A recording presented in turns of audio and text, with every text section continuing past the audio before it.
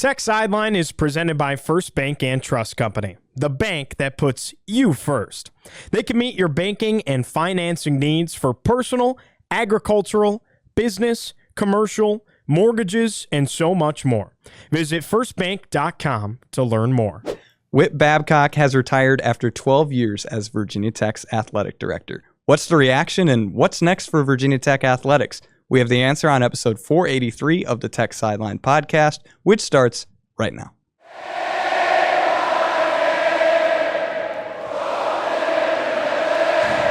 We're recording on Thursday, April 23rd, 2026 from the Tech Solutions studio in the Virginia Tech Corporate Research Center. Today's episode is also brought to you by Tech Solutions. If you're watching on YouTube, make sure to like this video, subscribe to the channel, and refer the show to a friend. I'm your host, Riley Klaus, and today I'm joined to my left by lead analyst and columnist Chris Coleman, across the way, our managing editor David Cunningham, and to my right, senior staff writer Andy Bitter. Producing the show behind the scenes, as always, is Mr. Nick Brown. Now we come to you today to talk about the recent news, which is that Whit Babcock, the athletic director of Virginia Tech, has retired.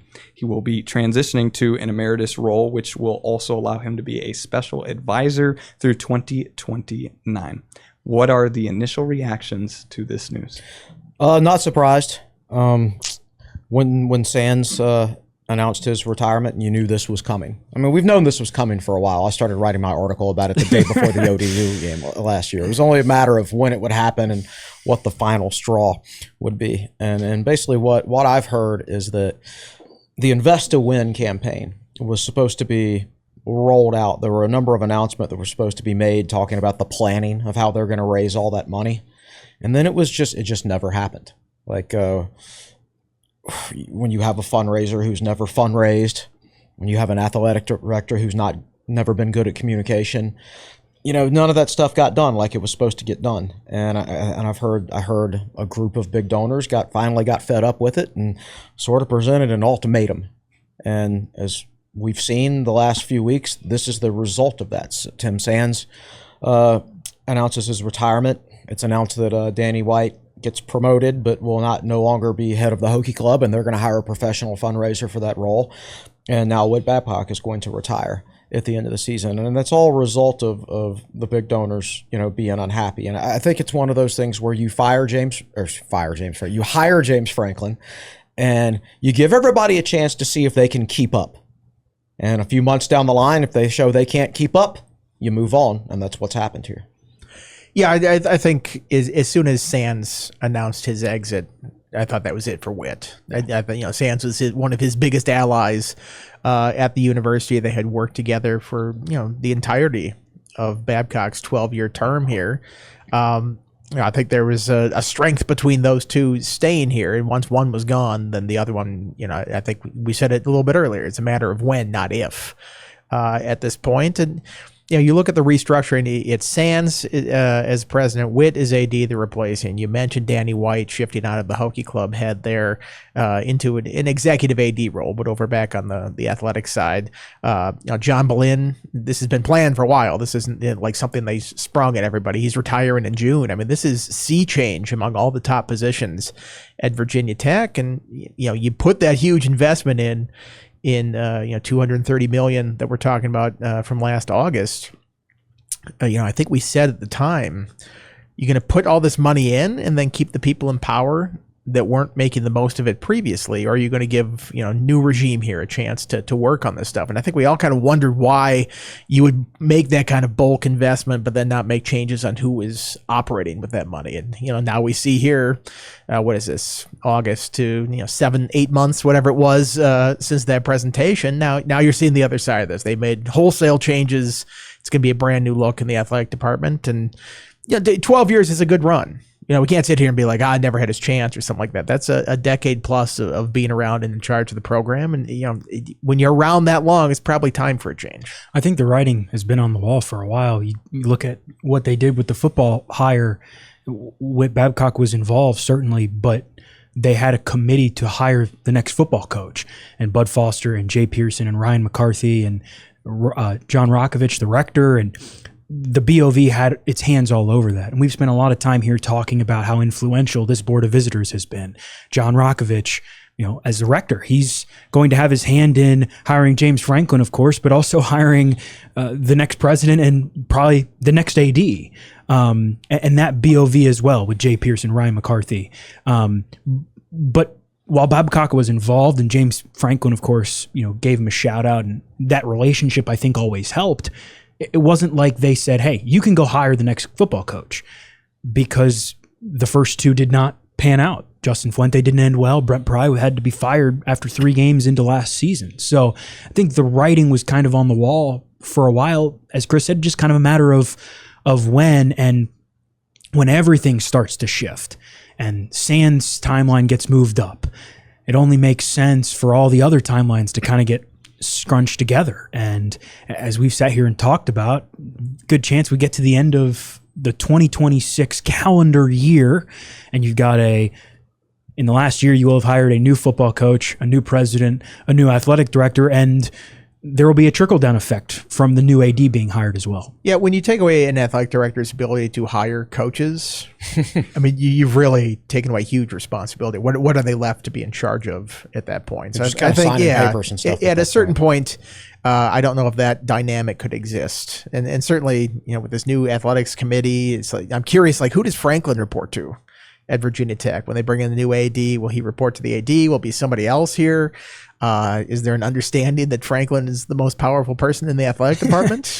Because he is. I mean, whether you want to admit that or not, it's such. I mean, you think about from where they were in September to where they are now. It is just so radically different. It's never. I try to remember where there's been this much change all at once in Virginia Tech athletics. The staff director is going to look a lot different next year. Yeah, because like Beamer's exit happened after Babcock came in. Maybe you have to go back to the Beamer hire after Bill Dooley with Dutch Bachman. Right, and he was only here for a year. Right, and the turnover they Dooley had was head coach and athletic director. Right, I think that's when you have to go back and look at how much turnover there was so rapidly at the key positions. And that's been 40 years.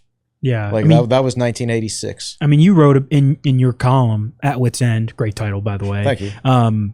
Just when the whole Beamer thing, when Beamer's era was coming to an end, you knew that Jim Weaver was kind of almost at his end, and Charles Steger, the university president, was almost at his end. But it all kind of happened staggered a little bit. When we're talking about in less than 7-8 months, bam, everyone's gone, and that's what happens. It took a number of things to get here. We talked the other day about Tim Sands and just what happened to lead to that part of it. But from an athletic department standpoint and with Babcock, I mean, when the football program is not succeeding and football drives the bus, there's going to be people clamoring for change, and people have kind of clamored for change for a while now. And I forget how exactly you phrased it. I think you said lipstick on a pig with the James Franklin hire. Yeah, I think. Yeah. That summarizes it up very well as far as Virginia Tech did well to get James Franklin in the door and as its next football coach, but kind of puts lipstick on a pig as far as some of the other overarching problems in the athletic department. Well, we'll talk about plenty of what's next for Virginia Tech athletics, but now that era is over, what is Whit Babcock's legacy at Virginia Tech? For most people, it'll be the downfall of the football program, quite frankly. And I'm in that boat, obviously, to a certain extent. He had help, all right? He certainly had help. There was an alignment. Had help, but it preceded his time here. It did. This team was 6-6 in the 2012 regular season. Right. It had already fallen off into mediocrity at that point. Now people didn't know it would be lasting as much, but it's not like he came in and immediately the program. Right. He didn't come in and take a sledgehammer to it or anything. Right. It was already dropping. He didn't really improve the infrastructure as much as he could. He built the Student Athlete Performance Center. As we've seen now. New weight room, new locker room. Yeah, he did some things like that. He didn't get hires right. I think he let John Boleyn influence the Brent Pry hire too much. Now, what I will always give him credit for is no previous athletic director at Virginia Tech had ever actually tried to be good at basketball. And Virginia Tech fans were upset after a 19-13 season this past year. And the reason it used to be 19-13 was cause for celebration in basketball. They were last place 3 straight years. 3 straight years before Whit got here. Yeah. Right. And then he immediately said, okay, if we're bringing in Buzz Williams, we're actually going to try in basketball once. So the disappointment you felt this past season was because of the expectations that were built because of what happened earlier in Babcock's tenure when he actually went for it in basketball. So for me, he's almost like the father of the basketball program to a certain extent. I mean, and I got that ACC title, which I had always wanted. We got a Sweet 16 appearance. And all that's because of Whit Babcock, right? Because he hired those guys and actually put funds into the program that had not been we've there talked before. about Buzz Williams. That could have been a hire that, given the recruiting scandal stuff previously and after, that hire, that was a risk. That It was a high risk hire, but when you finish in last place 3 years in a row, you don't have anything to lose. You can take that risk. Now there are other things. There's just little things and that you gradually notice over time, and everybody will talk about football, and rightfully so. It's the little things in this athletic department that shows me that it's not well run. And I'll give you some examples just from this year. You go to a basketball game and you look up on the video board and they're advertising a future game and they've got the date wrong, right? And then there's there's one game later in the season where they make a pregame announcement on the scoreboard that Tyler Johnson's going to be making his return that day. And he wasn't. He was still out. And then fast forward to this baseball season, and they haven't gotten the scoreboard right all year. The scoreboard has been broken all year, showing wrong stats, wrong ERA. Sometimes it says, oh, this guy's hitting 250 with 8 home runs and no RBIs, right? That's been a problem all year. It's little things that have piled up in this athletic department, and nobody's holding anybody to standards. Should we bring up the baseball streaming? Right, baseball streaming is another thing. I guess we could bring up. But when I went to my first baseball game this year in February, and I was at the games this past weekend, and the scoreboard is still broken, and nobody's fixed it because nobody's demanding excellence here anymore, and it's nobody's holding people up to a high standard in this athletic department, and it's been that way for too long. And so for me, everybody's always, going to talk about football and basketball as the two main things, but I just look at those little things as a sign that if you're not getting the little things right, then you're not going to get the big things right. And I know that makes me sound too much like a football coach, but it's absolutely true. I think you'd get along with James Franklin. I probably would. Swimmingly. I look back at Whit's time, and I think on the positive side, I think you look at some of the hires he made in these sports. Buzz Williams and Mike Young in men's basketball, Kenny Brooks in women's basketball, Pete DeMore in softball, great hire. I think John Sheff was a good hire. I don't know if that program's really funded the way it should be right now, but he got him to an NCAA tournament. And a super regional first time. Yeah. Promoting Tony Roby. I don't think that was just a gimme. It wasn't an automatic decision. And, one of a pretty good program at that point to give it to an assistant coach like that, promote from within, and look at what they've done over the last decade, the most successful sport that they've had here. I think the drive for 25.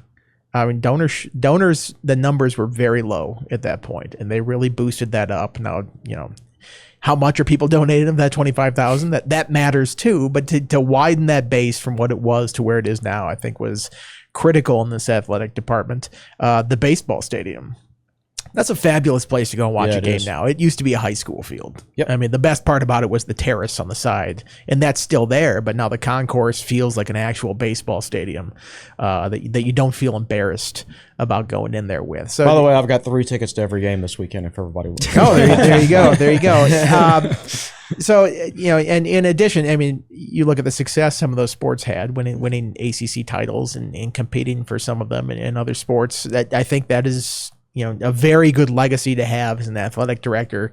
The issue is football, and that's what drives the train here. Is that is the most important thing, and just couldn't get his hands around it. And like Chris said, that's a group project. It's not one person. Everybody's looking for the boogeyman that they want to blame, and it's Justin Fuente's fault. No, it's John Boleyn's fault. No, it's Whit Babcock's fault. There's a new big bad every season. It's like one of these TV shows like The Sopranos, where they bring in Richie Aprile one year, and Ralphie is the bad guy one season. There seems like a new person that people want to focus that on, and yes, they're part of the problem. Or part of the reason this has sort of festered over the last decade and a half, but I also feel like it's just been an impossible situation to solve. And I think anybody might have struggled in this situation because rapidly changing landscape, money becomes more important even now. he made the Justin Fuente hire. It was a home run hire at the point. Nobody would have criticized that hire in the moment. Nobody did. In fact, it was praised. He outmaneuvered some other schools to get one of the most, the hottest coaches on the market. He managed to keep Bud Foster as the defensive coordinator. That first year they play in the ACC title game, and everybody goes, he's done it. This is a home run hire. And obviously there were, cracks in the foundation there, and the program wasn't funded as well as it could have been. And, those are bigger, larger structural things that I think are tough for an individual athletic director to change. And, from the sounds of it, has tried to make changes with the Board of Visitors and pushes for more funding, and it's just never really gotten until they have this particular board now. I find it hard to blame him individually for the football situation. He had a hand in it, but it's just such a big thing that, so many reasons why that has been off track here for the last 15 years. Anybody can get a football hire wrong. It happens all the time. I think my biggest complaint about Whit is how he structured his athletic department. He didn't hire himself enough help in terms of associate athletic directors. Like John Boleyn's kind of always been his right-hand man. And Boleyn was never really an administrator until Whit got here. Boleyn was his competition for the AD job. And that was always an odd, Boleyn made his name at Virginia Tech as Beamer's right-hand man, as the disciplinarian of the football program. And then all of a sudden he's associate athletic director. I have to feel like Boleyn's role, he probably helped with the Frank Beamer situation. Oh yeah, right. You have to imagine he absolutely did ease that situation to get Frank to retire in that. And I have to, if you're an AD and you're Babcock, you never want to force out a legend, right? But convincing him that it was time, I have to imagine Boleyn had a major role in that, and perhaps future roles that he had in the athletic department were a reason because of that. I agree. And the others, of course, I think he operated for 5 or 6 years without a chief financial officer. And that's after going through a new CFO every year for about 4 or 5 years before that. And eventually he just gave up and was like, well, I'm just not going to have one. And then Brandon Hall. Right, Brandon Hall now. And then hiring back-to-back heads of the Hokie Club with no fundraising experience. Just in what world does that make sense? So my biggest issue with him is how he staffed his athletic department. He didn't put himself in a position to do a better job, because you're only as good as the employees around you. You have to surround yourself with good people, whether you're the head coach, whether you're the head administrator, or whatever. I mean, Frank Beamer will be the first person to tell you that. I mean, if he walked in this room right now, he'd say, couldn't have done it if I hadn't hired Bud Foster and Jim Cavanaugh and Billy Height and people like that. You have to surround yourself with top quality people. And I think that's what he failed at more than anything else. Let's remember, in the football funding side of things, that when Whit takes over, there is no recruiting department at Virginia Tech, or if there was not. Nascent. Like, he made the first 2 hires. Right. Facilities had fallen behind. That was a big refresh in Jamerson. So he inherited a lot of these issues. Like I said, this is a slow process. This is like moving a barge, like trying to get momentum going with something. And if the momentum's not there, it takes a while to get it going. And they just haven't been able to keep up and get ahead of things. It's just, I look back at Whit's tenure. I think he lost the fans in 2020. Yep. And it was that press conference where he decided to keep Justin Fuente at the end of that season. And they called it for the day that his buyout dropped, which just unfortunate timing. Right. And so everybody's like, well, his buyout drops that day. What could they possibly be doing other than firing this guy on this day? And then he goes up there and gives the his speech about, we're going to keep him. Don't want to throw the baby out with the bathwater with all the assistant coaches. Cornelson. Yeah, the Cornelson thing, asking other coaches to scout the offense and saying it's tough to prepare for it. Just at that point, I think a lot of fans were just out, and they never really came back to him. And even if, that was unwarranted, I don't know if you need to completely just give up on the guy at that point. It was tough for him to really gain traction with him with anything, because if something went wrong, it was immediately, oh, thanks, Whit, or something like that. It's just once you go past that tipping point, it's very tough to get the trust of fans back. And I feel like, when it comes to donations and stuff, it feels like there were a lot of donations that were maybe held up until Whit was removed as the athletic director. And make no mistake about this, I think he's being forced out in this situation. I don't think this was just he came to the conclusion that he wanted to be done with this. I think this was both sides wanted this to be done because the marriage had gone as far as it can go. So perhaps this opens up a run of donations that can come in here from people that were just like, I wanted to donate, but I wouldn't do it until he was no longer the AD. I think a lot of mixed thoughts. Just over a dozen years, a lot of stuff happens. Chris, you touched on the basketball stuff. I mean, he hired Kenny Brooks. He did. You touched on the men's basketball and how Buzz Williams and Mike Young turned those programs around. I mean, in a lot of ways, we got to see the golden era of Virginia Tech basketball. I mean, the women in between NCAA tournament appearances before Kenny Brooks, that program had won 25% of its games. Like, it was dead last in the ACC, just as bad as the men. And Kenny Brooks turns that program around, and they win an ACC regular season title, a tournament title, and go to a Final Four. Now, at the same time, I think a mishandling of relationships and some other stuff there, part of the reason that Kenny Brooks is no longer the coach at Virginia Tech, and that probably should have been handled better, and that falls on Whit Babcock's shoulders.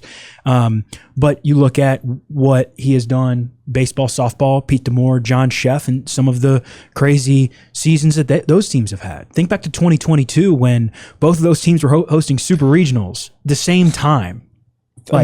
Right, and that was when the women's basketball team went to the Final Four, and that was when they went to the tournament and the men won the ACC. And the men won the ACC. I mean, that was a miraculous spring. The only thing that was missing was football, and that was after Brent Pryce. And we still had hope for football. It was like, okay, it wasn't a great first year, but we've still got a new coach. We felt good as a fan base then, but it was kind of fool's gold. Yeah, I mean, there are a lot of highs, a lot of lows.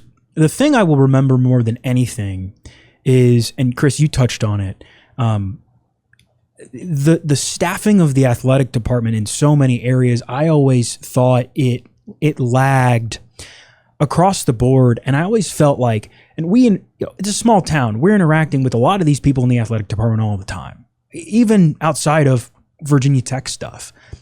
There was always a lack of accountability, I think.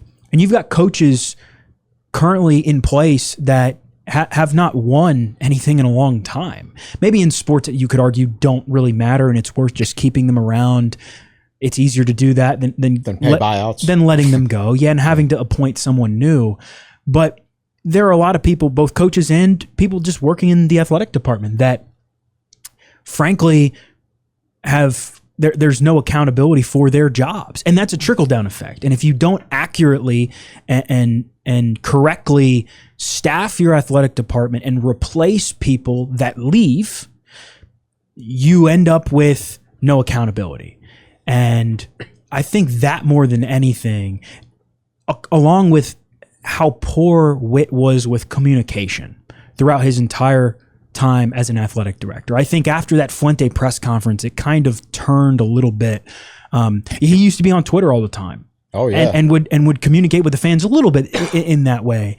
But you went a long time without hearing anything from him. And I think in an era where fundraising matters more than anything, you have to be able to communicate with the fans. And you've got an understaffed athletic department where there's no accountability, and you're asking people for more donations than ever in an environment where donations matter more than anything, but you're not really communicating with them. And it just all adds up to the point where, and I think a lot of people don't see necessarily that small picture. I think a lot of people see the big picture, and football's been down in the dumps for a while, and the basketballs have been up and down, and some of the other sports have been pretty good.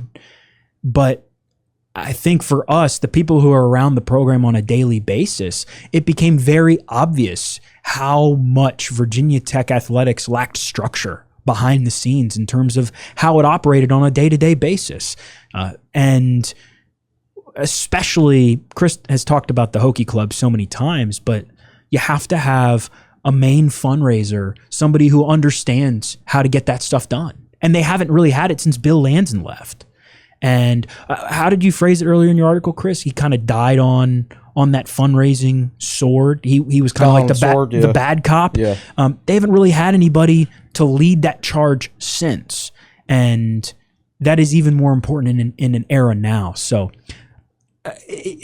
when you're an athletic director for 12 years, very similar to Tim Sands on the academic side, when you're in place for so long, there are a multitude of things that lead to your dismissal, to your retirement, whatnot. Some things more obvious than others, some things more big picture than others. But you get to this point, I think, in a lot of ways, because simple mishandling of basic things that you would think would be obvious things on the surface, but just were never taken care of. Yeah, I hate to hijack your questioning here, but I do want to tell a Whit story, and I want to humanize him some.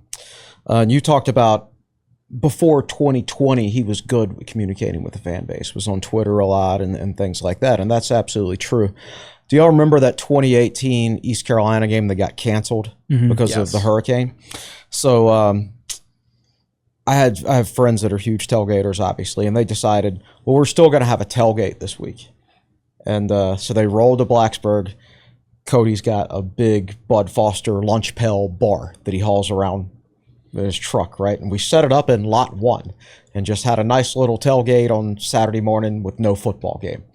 And Whit took a picture of it from like his office or whatever and said, I think somebody forgot to tell him there's no game this week. And I DM'd him and I said, that's my group. Come on out and hang out with us for a few minutes. And he did. He came out there, and I've got a picture of it on my Facebook, and I found it, and I actually just sent it to Nick. I don't know if he can upload it and put it on the pod. Yeah, he's pulling it up.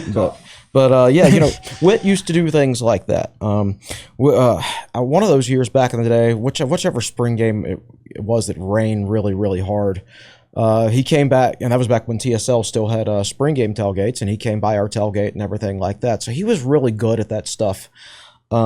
Early in his tenure. There you go. I actually think, there he is. Yep, that's him in my group. That's the lunch pail bar behind him. You can't really tell it from that angle, but yeah, I think he was really good at that sort of thing, and I think 2020 kind of broke him I think it wore him down. He was a different person after that. I mean, COVID. It was impossible. It was season horrible for anybody. Oh yeah, it was terrible, and everybody was mad at everything. So you're mad about a 5-6 football season, but because the world's going to hell in a handbasket, you're even more angry about it, right? And then the next year, what happened the next year? NIL. So it's all been stuff that was really difficult. You've seen a lot of athletic directors quit since then because they were like, just dealt with COVID. Can't deal with his NIL stuff anymore, so I'm going to quit. And he stuck with the job, and I think to his own detriment, to be honest with you. I think it wore him out. And but, you know, he was once a guy who would reach out to the fan base and do great things like that, like that's on your video screen. So I just think he's one of those guys that he's done some things you can certainly criticize. But I think maybe if he had I think a couple – if under different set of circumstances, I think he could have been successful here because he did a lot of good things like that early in his tenure. Well, think about the timing of when COVID hit and everything that was happening, because you finished that 2019 season. I think I have the timing of this right. It looks like they've turned a corner. Then they lose to UVA, lose to Kentucky, and obviously the big coaching transition. But that was also when Fuente had the Baylor thing. And when you talk about like, you know, a head coach AD relationship coming to the forefront at that point, and like, oh, how strong is this bond here? Are they really having, you know, a lot of that was about resources. You know, are you funding the program enough? That hits, then COVID hits. Buzz had just left for Texas. Further disagreement, you know, during the season about whether even games should be even played. At that point, the tough decision to bring Fuente back, and then the next season it doesn't work out. You end up having to fire him. Yeah, I feel like that can be a tough thing. And I thought it was interesting. You know, I remember Babcock talking to Fuente and talking about Fuente, and they would have these conversations about how isolating it could be as like the head coach or the AD in charge of this thing. And I'm like, that's true with the power and the salary that comes with, but it doesn't have to be isolating. No, you can be a man of the people. You know, Bud Foster wasn't the head coach. I would consider him a man of the people. Yeah. Brent Pry, I feel like, was a man of the people, and is out there. I think you can still be sociable, be out there among people. Yeah. And, Nick said go to PKs. Maybe it's just sort of a personality trait. That was just there, but it was strange. Like I think his last tweet, and I'm Twitter sucks. Don't get me wrong. But I think his last tweet was from the UVA shooting. And that's 2022. I mean, that's been 4 years now, or almost 4 years now, since the last one. And that's, you might not like Twitter. You might not like social media or dealing, especially if you're him. Imagine tweeting something now and the responses you get to every single thing. Yeah, there's no point. It'd be disastrous. But for a long time, there's just no communication on that front. I think whoever they hire, I think could be, even if you're just like sort of adequate at that, I think would be a vast improvement. Yeah. Well, that was a reflection of Whit Babcock's time at Virginia Tech. We'll talk about what's next for the Hokies athletic department, but before that, let's hear from our sponsor, Tech Solutions. This Tech Sideline video comes to you from the Tech Solutions studio. Tech Solutions, located in Arlington, Virginia, provides specialized CETA engineering and financial advisory services to the Department of Defense and Intelligence community. Based on the philosophy of only hiring the best of the best, we pride ourselves on being customer and mission focused. A Washington Post top workplace winner in 2024 and 2025, we're always looking for talented and motivated individuals to join our team. Visit techsolutionsva.com/careers to learn more. That is techsolutionsva.com/careers. All right, well, let's continue with the discussion. I remember that during football season when the Hokies needed a head coach, you guys mentioned that had they been in a spot where if they needed an athletic director at the same time, it'd be tricky to figure all that out. Well, they sit here today needing a president and an athletic director. So what does the process look like for Virginia Tech in fulfilling those roles? It's a little bit tricky, but it's very doable. And I remember when Whit was hired as athletic director, it was just a few months after Tim Sands was hired as president. And I heard during that process of hiring the president and athletic director, they were both kind of going on simultaneously, that Tim Sands was part of the deal that brought Whit into Virginia Tech. And they were having conversations even before Tim Sands was officially hired. So this isn't a situation that can't be handled, and it will be handled.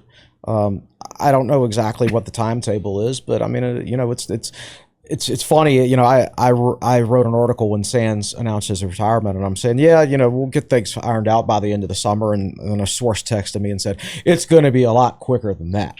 And it sure looks like it now, buddy. They are moving at rapid pace. Yeah, they got a little runway here with the AD situation. Whit will be on until June 30th before he moves into emeritus role, which is, I think just a fancy way of saying, here's your buyout. Here's a different buyout than what you would have had for if you had been the athletic director for another year. I think they're going to move quickly from the sounds of it with the school president position. I would expect somebody in there by July 1st. At least I think it's going to be that quick, and I think somebody new for the AD is in before the football season. So will be interesting to see how they do that. Yes, I think there will be some consultation between whoever they're thinking about for the president's job and whoever they think for the AD, because I think there's so much collaboration that needs to take place between those two, that you need to have two people hired that can work with each other. That's a good way to screw up a $230 million infusion, is if you have this is the buzzword, but if you don't have alignment between those positions. I feel like we need to put a moratorium on alignment. It feels like too many people use that. I feel like they're going to do a little consulting with James Franklin as well. Yeah, probably. I don't think Franklin's going to have a say-so in the hire, but here's guessing that he would. They probably want to hire somebody who he can work with as well. So it'll be interesting, and there's so many different directions you can go with this, because there's like the traditional AD hire route that they could go. And I've come up in college athletics, and I've worked my way up the ranks, and I've been an AD at this school, or an associate AD here, and a college athlete, and this is how I do it. Or, there is this business mind out there, and a couple of different schools within the ACC have gone that route. Who hired it was like a Braves upper management. I think Teal mentioned him the other day, but look at North Carolina. Steve Newmark came from the NASCAR background. Right. Oh, here it is. It was Maryland. Maryland chose Braves Senior Vice President of Business Strategy, Jim Smith. Right. This is from David Teal's article, who, by the way, is going to be on top of this, because he swims in those AD waters. He knows this kind of stuff. I'm just watching from the boat at this point. I'm not like that. UNC appointed Roush Fenway Keselowski, racing team president Steve Newmark. Stanford hired former Nike, PayPal, and eBay CEO John Donahue. So, we think about college sports as big business and all the millions of dollars being thrown around and NIL, and you have to pay money to make money and all this stuff. It would not surprise me if they, this, very business heavy board of visitors that Virginia Tech has hires somebody with some business savvy for this position. I think it would just make sense. I keep going back to, was it last Monday? We're recording this on Thursday, and this is, you haven't mentioned it, Riley, but this was like an emergency podcast. This is it's like 6 o'clock, so we're like post 3 hours after the news broke. But it was last Monday that we were sitting in the Board of Visitors meeting, and Whit Babcock was speaking, and Jay Pearson is talking about speed is of the essence and how important it is to move quickly. And you will, I think, see Virginia Tech move very quickly. And now that we've got an athletics committee and the AIOC, which is the Athletics Investment Oversight Committee, you can bet that the Board of Visitors will have its hand all over this thing. But I also, the working relationship between the president and the AD is so important. And I think that's why Tim Sands and Whit Babcock were the longest tenured Power 4 AD and president duo in the country.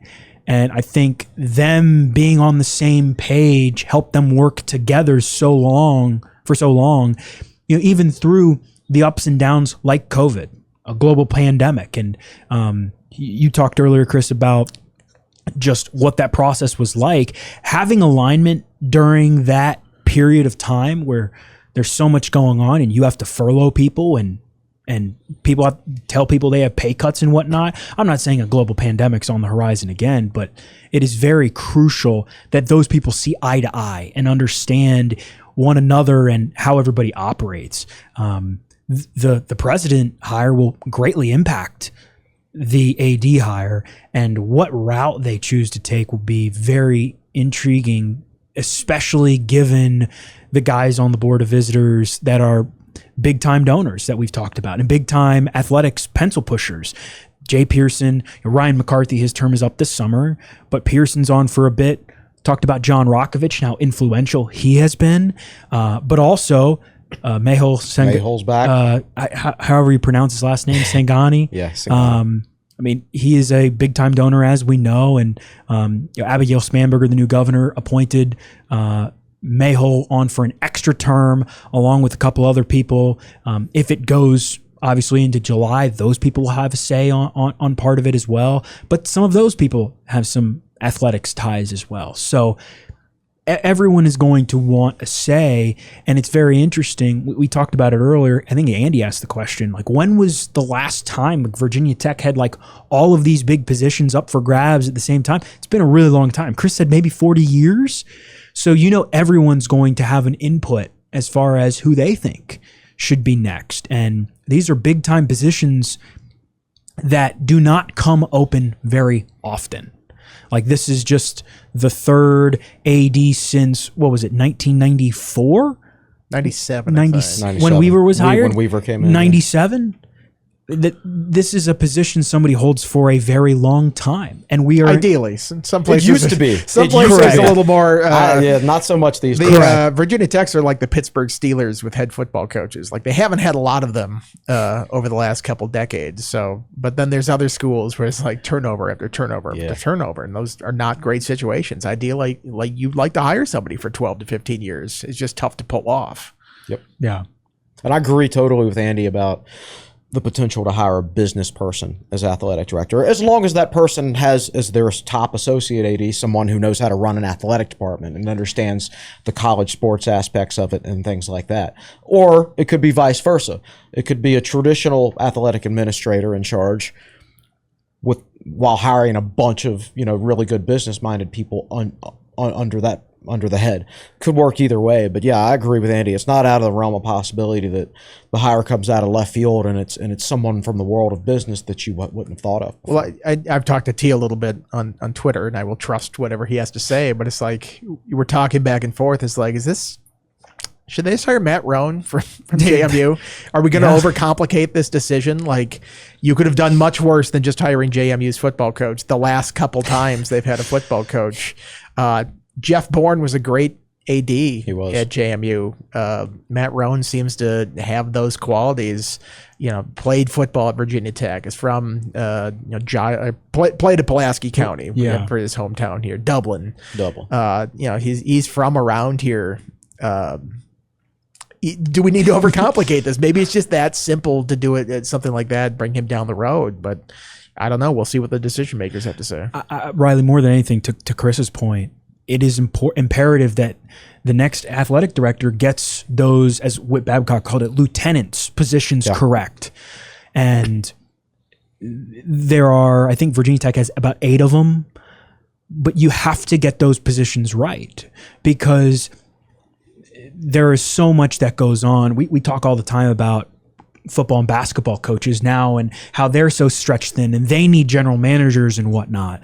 The athletic department, there is so much to cover, from compliance and Title IX to handling our FOIA requests and whatnot, and student athlete development and what. Like, you have to have people who understand how to run an ACC network operation and how to run the Hokie Club. It is widespread, and you have to get those hires right more than anything. And whether, as Chris just said, regardless of who is at the top in the AD position, there will be a trickle-down effect, and those people have to have a good understanding of how to run an athletic department on a day-to-day basis. And I think that, in turn, the trickle-down effect from that will hopefully balance things out. Well, you guys have talked about different routes that they could take in this hiring, but what traits do you think need to be stood out in whoever the next candidate is and what they can bring to the table themselves? I think when you're trying to replace someone, it's human nature to say, okay, what did the previous person screw up? So let's hire somebody the direct opposite, right?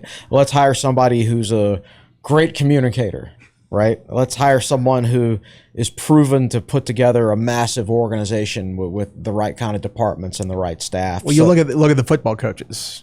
Fuente was brought in offensive guy. That wasn't Frank's thing. Mm-hmm. Pry was brought in personality guy, culture guy. That wasn't Fuente's thing. Franklin comes in. He's been a head coach. That wasn't Pry's thing. It's the same way with athletic directors. I think you find something a little bit different from what you had. Yeah, exactly. So you try to get that part of it right and hope you make the right hire. They might get this right, they might get it wrong, but it needed to happen because you couldn't keep going the direction Virginia Tech was going from an administration standpoint. Like, you hire James Franklin, you want to be able to maximize James Franklin's potential, right? So part of that is fundraising. Exactly. Well, part of it, you just need to refresh the college fundraising apparatus every now and then, and there's like an excitement level that you get from a new hire that sort of tapers off over time until it gets to a point where you just can't really, you see that with coaches in football too, where it's like they bring in a new guy, this is going to change everything, and then 6 years later you're back in the same spot you were, and then you start the process all over again. Recruiting is great for like 2 years, and then it's it's the new car smell. Yeah, it's this carousel that you're on. But I think that works with athletic directors too. Is you hire somebody that's maybe a little bit more out there, that maybe has a little bit more fundraising background. Certainly, business savvy, I think, is going to be important in this hire. And then we'll see how it goes. It's a crapshoot with some of these hires sometime, but this is a critical one because brand new football coach, tons of investment, critical time in athletics where if you're not good, it ends up costing you money. Have to get this one right. And I think, given the so many of the Board of Visitors' backgrounds, like this is, you're talking about Virginia Tech, a university that has so many great degrees, majors, whatnot. There's one of the new appointees comes from an engineering background, as an example. There's one with an architecture background, right? And a lot of these people deal with business on day to day. What a lot of these people don't deal with is athletics. So if they're looking to hire somebody with a business background, that honestly might be more comfortable for them. Well, you look at the structure, and now Danny White moving from the Hokie Club into an executive AD spot. He is Mr. College, right? That's been his role, since graduating from Tech, and he's been here this entire time. Like maybe that move was made with something in mind on how they're going to proceed athletic director wise. As we round out this conversation, does the money investment in athletics as well as the hiring of the likes of James Franklin and others make this job attractive for potential candidates? I think it's attractive from the standpoint of, first of all, you don't have to hire a football coach, right? And you know that if somehow Franklin fails, if you're the athletic director, it's not your fault. That's the people who hired him, right?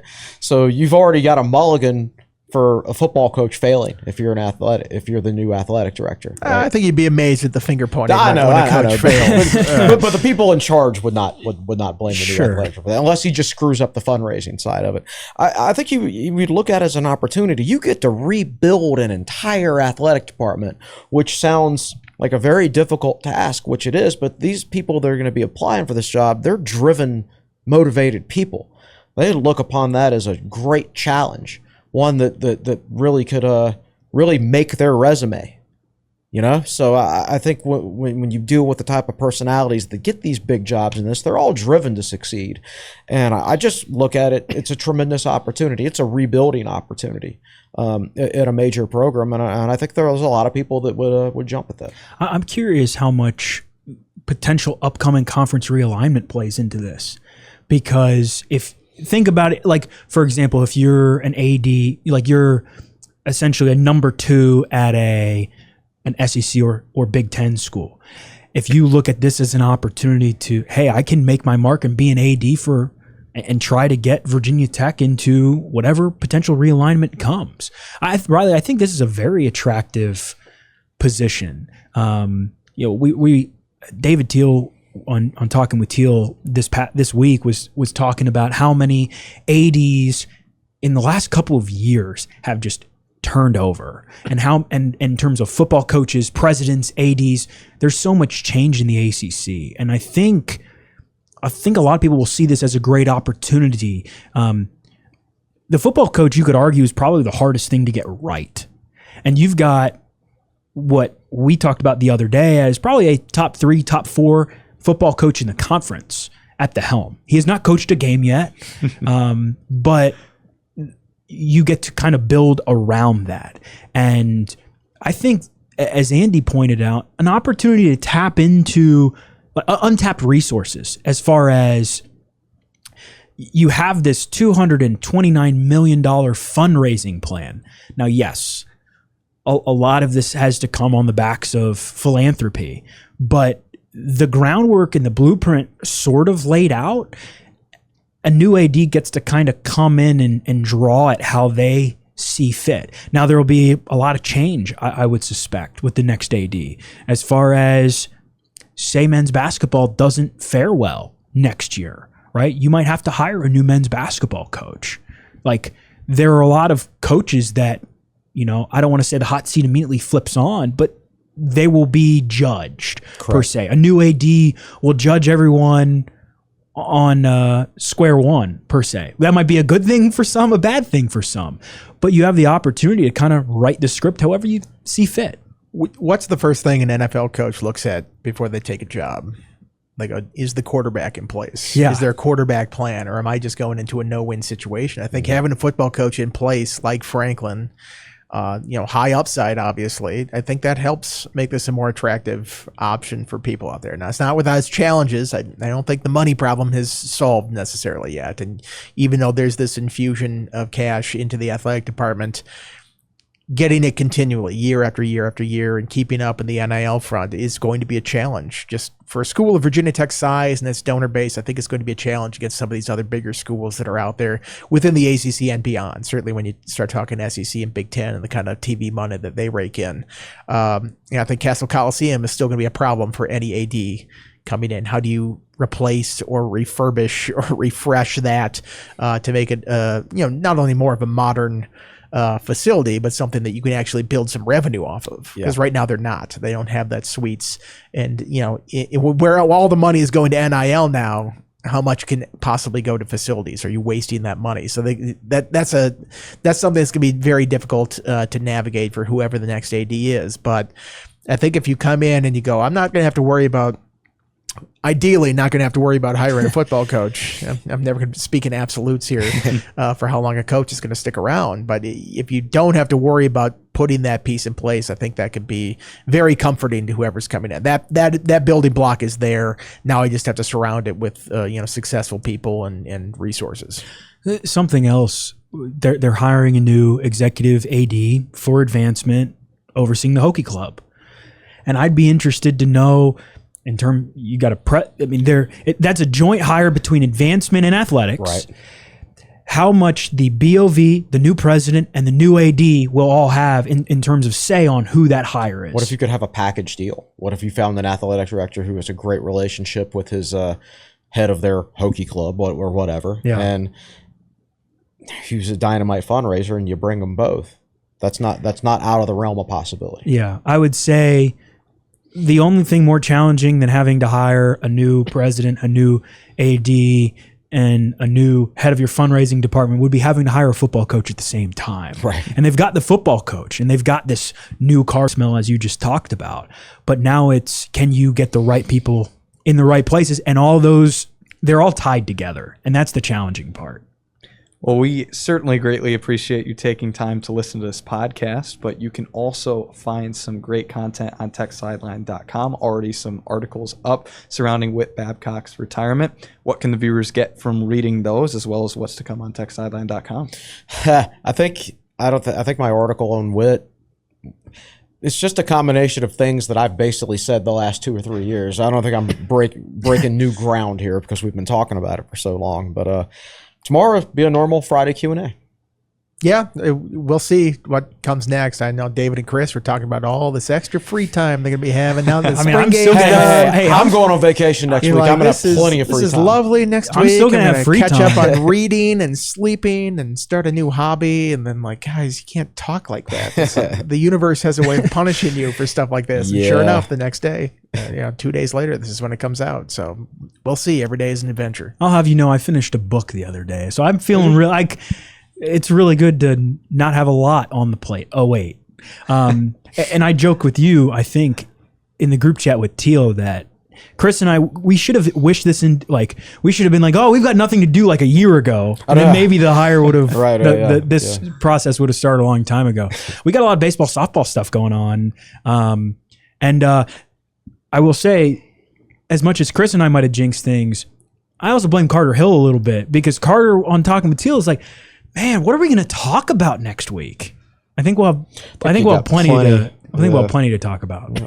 And that indeed, you can watch Talking with Teal on the Tech Sideline YouTube channel. And Nick, what can we expect to see next on the YouTube channel?